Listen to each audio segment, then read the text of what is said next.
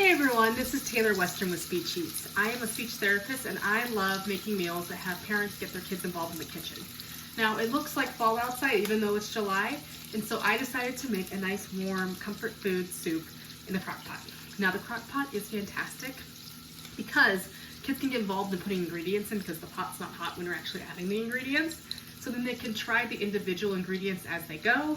They can see what goes in the soup. So we are doing a corn and sweet potato soup, and what I have right now going is some bacon. Now, what's great about this recipe is that you can make this recipe you can make this recipe easy for your family. So if you guys don't eat meat, you can leave the bacon out. But I added about 3 strips of bacon, and I added about a tablespoon of butter right into our pot.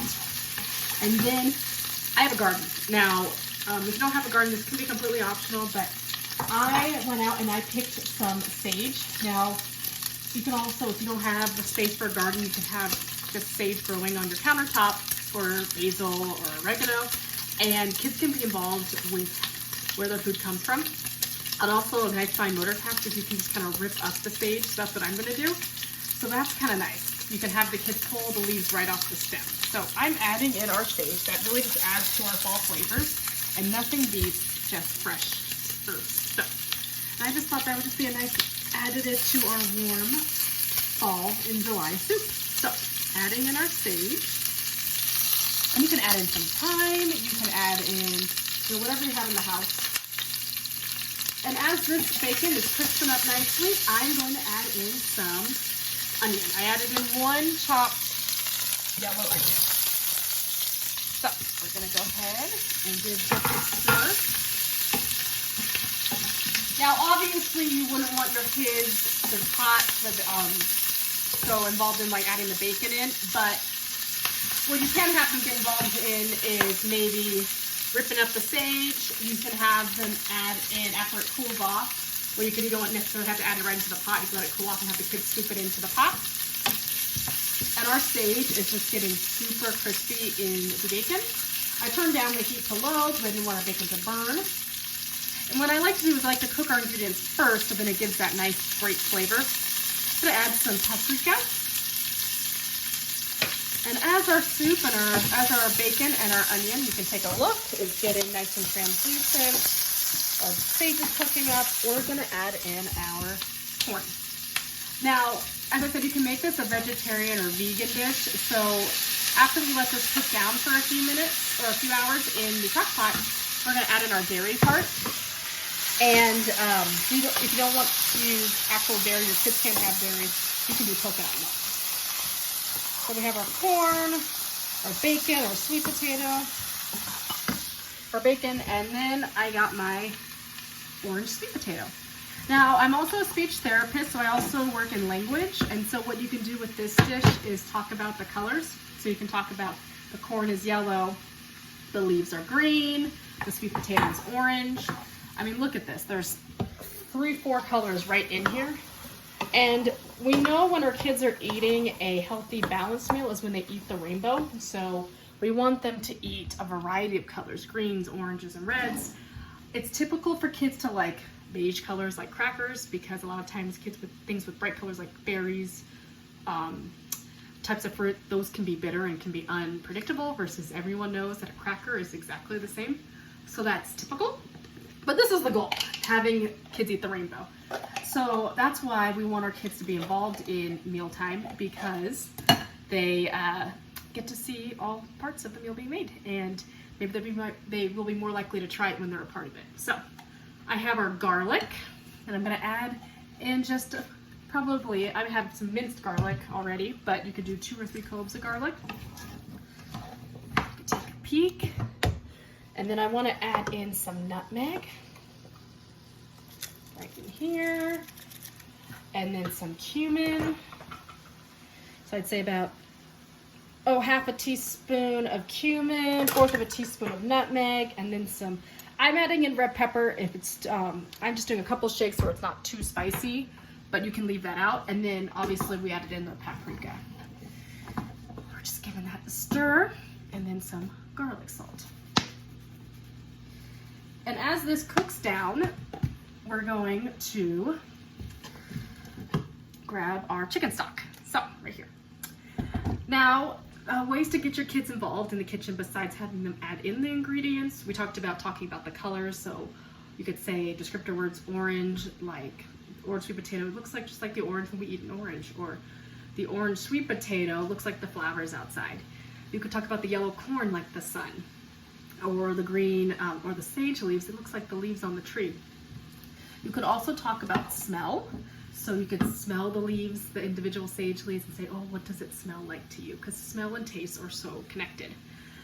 And then what you can do to have your kids get involved is like, you know, cut up, save some corn on the cob. So have them maybe try the corn on the cob before you put it in. So maybe if you have like 3 or 4 corn on the cobs and you want to save one, have the kids maybe take bites of it or feel the bumps on the corn before you actually cut it off so they can feel that texture. They'll take the sweet potato into slices and have them stack it on their high chair like a block. So then you can work on language by working on attending skills with stacking the sweet potato, and then exclamatory words when you knock them down, go, oh no! So then they're being interactive with their food and they're working on their language. And then if you wanted to, you can let this cool off completely before you add it to the soup so the kids can be involved in scooping the vegetables in. Now, one thing with soups is a lot of times kids don't, because it's all mixed together, kids are a little more sensitive to soups. So what I like to recommend for casseroles, things where lots of things are mixed together, foods where lots of foods are mixed together, that's my dog Harrison. Harry, come here, honey. And then what I like to recommend is, my dog made me lose my train of thought. What I like to recommend is maybe putting some dry, crunchy textures on the soup. So maybe putting in goldfish so they're swimming in the water, or crushing up graham crackers. Kids who like crunch, it gives them oral awareness. So if you put crunch on top of the soup, like some crushed up saltine crackers, that might help. Also, using the soup as a dip. So maybe just taking some, maybe making grilled cheese sandwiches to go with the soup and model dipping this grilled cheese in the soup or dipping crackers in the soup. So they might not necessarily want to eat it off a spoon, but you can also, you know, make it, modify it for more of their taste buds. So this is about done. I'm going to show you what it looks like. I just wanted to give everything just a nice, have the flavors incorporated, and then I'm going to add it right to our crock pot. Okay. And we're just going to add that right in. It smells amazing. It smells like fall. You can smell all of the ingredients, the soup, the sage, the bacon. It smells delicious. And then I'm going to add just a little bit more salt, garlic salt on top. You could do regular salt if you don't have it. Just going to sprinkle that right in. And then I'm going to do 2 cups of chicken stock. And really, with this recipe, you can adjust it to how many family members you have. You can double it. You can cut it down, maybe just doing 1 sweet potato, 1 ear of corn. I'm just going to add in some chicken stock. I'm really just adding this chicken stock just to cover the ingredients. They can just meld those flavors together.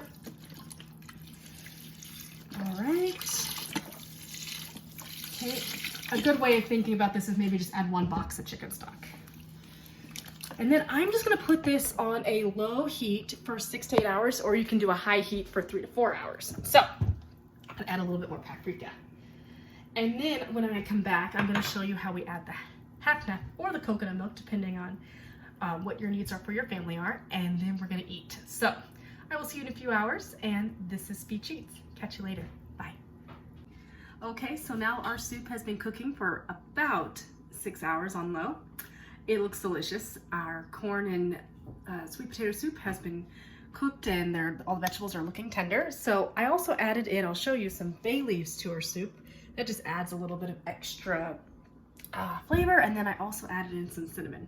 So what we are going to do is we are going to puree some of our soup. This is going to give it just a little bit more of a warm touch to it. So we're going to add some of our corn, our sweet potato and liquid.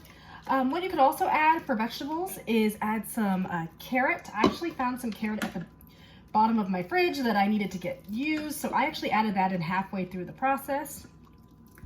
And I recommend not blending all of the soup because we wanted some chunks, but if you have kids that don't like chunks, or if they're a kid that when they have pasta sauce they don't like any of the tomatoes, I would blend it all. So we are going to go ahead and puree this. And make sure you take out the bay leaves. So we're going to go ahead and blend this up. Alright. And then when you puree everything, for those kids that, if you puree everything, for those kids that like to dip foods, this is a good way to do it, by pureeing everything and then adding in our things to dip, like graham crackers, goldfish. Some kids just like smoother texture, so I'm actually going to add I'm pureeing a little bit more. I wanted a little less chunks. And then we're going to add in our cream. And this is just kind of like a little healthier version of a clam chowder or a corn chowder. More like a fall corn chowder. And if you wanted to do, like I did bacon, but if you wanted to add shrimp's delicious with a corn chowder, or chicken, or ham bone. Okay, so we got our soup. I'm doing about 2 of these blenders full. Go ahead and blend it up.